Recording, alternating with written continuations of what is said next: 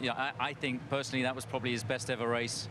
Managing the pace, the restart, the pace that he had, and those guys were going absolutely flat out until we thought we had an issue with Max, and then we looked at all the data, checked the data, it was fine, and then again they're flat out, hard at it again. So you're confirming that they were really pushing in the end there, because we were of course expecting Max to like close that gap down. You know, we've seen the whole weekend how fast he was, so that really confirms that Checo is driving awesomely. Yeah, they were both pushing hard, and obviously Max, he got the fastest lap at the end there, but what a weekend for him. I mean, no fault of his own yesterday with the drive shaft.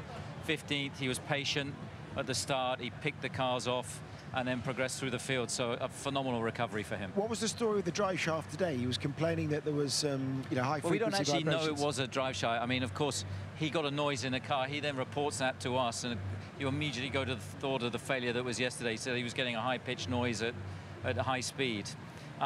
So we check all the data. We obviously do what we can and support it even back from Milton Keynes as well, looking at all the channels that we have, and we couldn't see anything. And something like that is either going to be catastrophic. So at that point, it's like, guys, we can't see anything, free to go. Chris, we got to thank you actually for letting them race, because at one point we thought that Max had got much more pace than Sergio.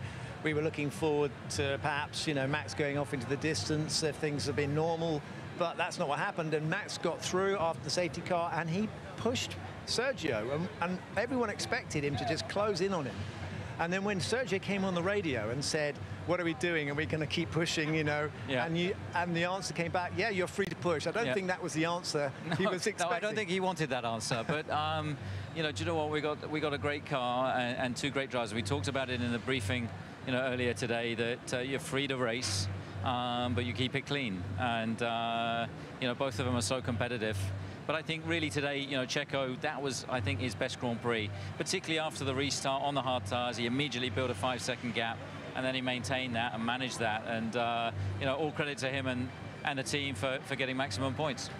What about in terms of challenges now? Let's try and find some for you guys. I mean, you're looking so strong. What about the wind tunnel time? I mean, look, someone like Aston have 50% more wind tunnel time in the next couple of months, or even, I mean, Mercedes have a fair bit more as well.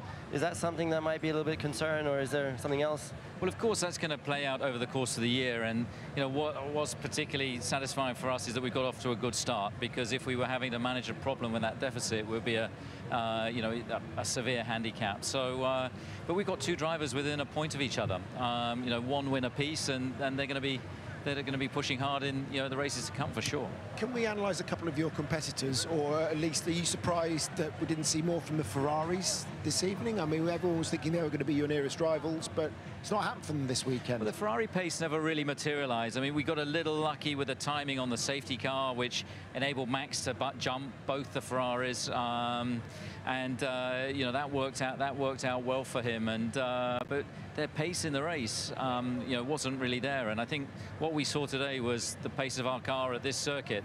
And I said it's going to take 2 or 3 venues to get a really clear picture, and that was everything we had today. That's everything you had, and it looked like, if had it not been concertinaed, it would have been another big gap, maybe stretching towards a minute.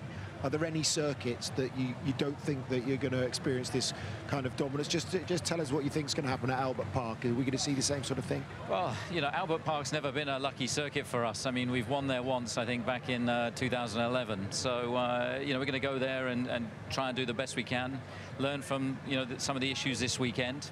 And of course, then I think after that race, when we get back to Europe, upgrades are going to start coming through, and that you're going to start to see teams again. I think this isn't something that's going to stay there all season. It will converge.